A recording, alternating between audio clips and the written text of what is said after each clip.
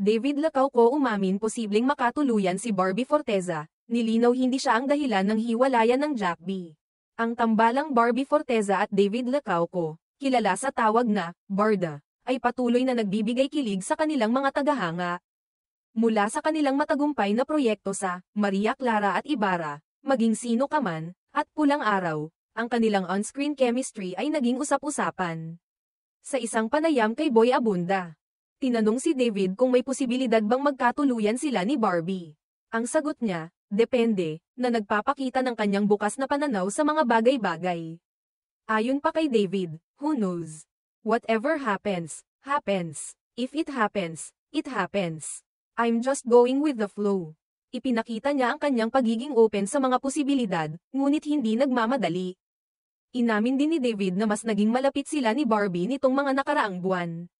Nagkakamustahan sila via text at nag-uusap tungkol sa iba't ibang bagay. Si Barbie raw ang isa sa unang nakaalam ng latest project ni David sa pelikulang Samahan ng Mga Makasalanan. Ayon kay David, we were shooting Pulang Araw, and we had a scene together. And that was the day I accepted the role. She is supportive when it comes to these things. Tungkol naman sa kumakalat na chika na baka may kinalaman si David sa hiwalayan ni na Barbie at ex-boyfriend nitong si Jack Roberto, nilinaw ni David, one thing is for sure, I'm not part of their breakup. Ayon pa sa kanya, before, Barbie and I never really texted talaga, especially noong sila, pa ni Jack. Pretty much. Hindi ako naging parte dyan, wala akong kinalaman. Ipinakita ni David ang kanyang respeto sa relasyon ni na Barbie at Jack, at nilinaw ang kanyang posisyon.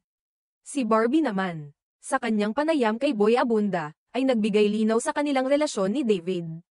Ayon sa kanya, it's more of like maturity for the whole situation sa nangyayari galing sa aming tatlo. Ipinakita ni Barbie ang kanyang maturity at pag-unawa sa sitwasyon. Pati na rin ang respeto sa kanilang mga relasyon. Sa kabila ng mga usap-usapan, ang pagkakaibigan ni na Barbie at David ay patuloy na lumalago.